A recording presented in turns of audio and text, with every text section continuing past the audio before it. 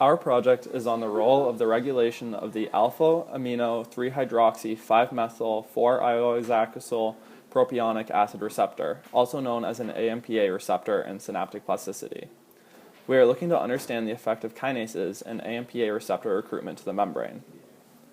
The AMPA receptor consists of 4 different subunits that form tetrameric ion channels that mediate most excitatory neurotransmission.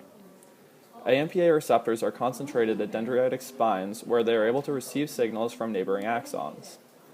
Dendritic spines are small protrusions from the dendrites of a neuron and are chemically isolated by the spine neck from the rest of the dendrite. Spines are specialized for receiving neurotransmitters as there are many receptors and downstream signaling proteins concentrated in the postsynaptic density. Studies have shown that protein translation is possible in the spine, and it has been suggested that local translation serves to promote the growth of the postsynaptic density. Models of synaptic plasticity such as long-term potentiation, LTP, and long-term depression, LTD, require strictly regulated trafficking of AMPA receptors in response to neuronal activity. During LTP, AMPA receptors are inserted at extrasynaptic sites or directly at the synapse.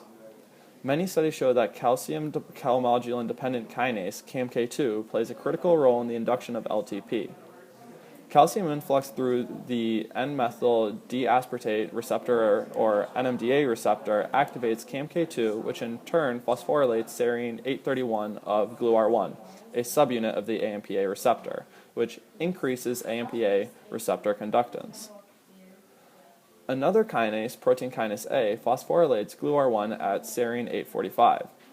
Mann et al. Has shown that phosphorylation at the site may also induce AMPA receptor delivery to this extrasynaptic membrane.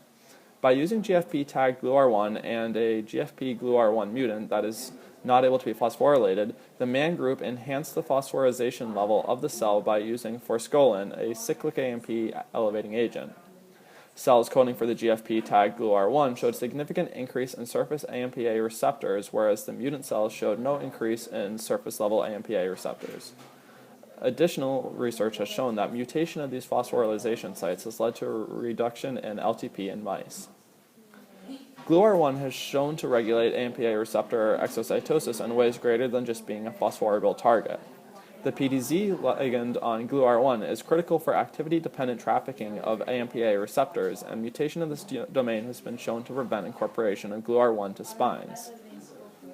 LTD-regulated AMPAR endocytosis occurs as AMPA receptors diffuse out of the postsynaptic density and are endocytosed at the lateral margins of the spines.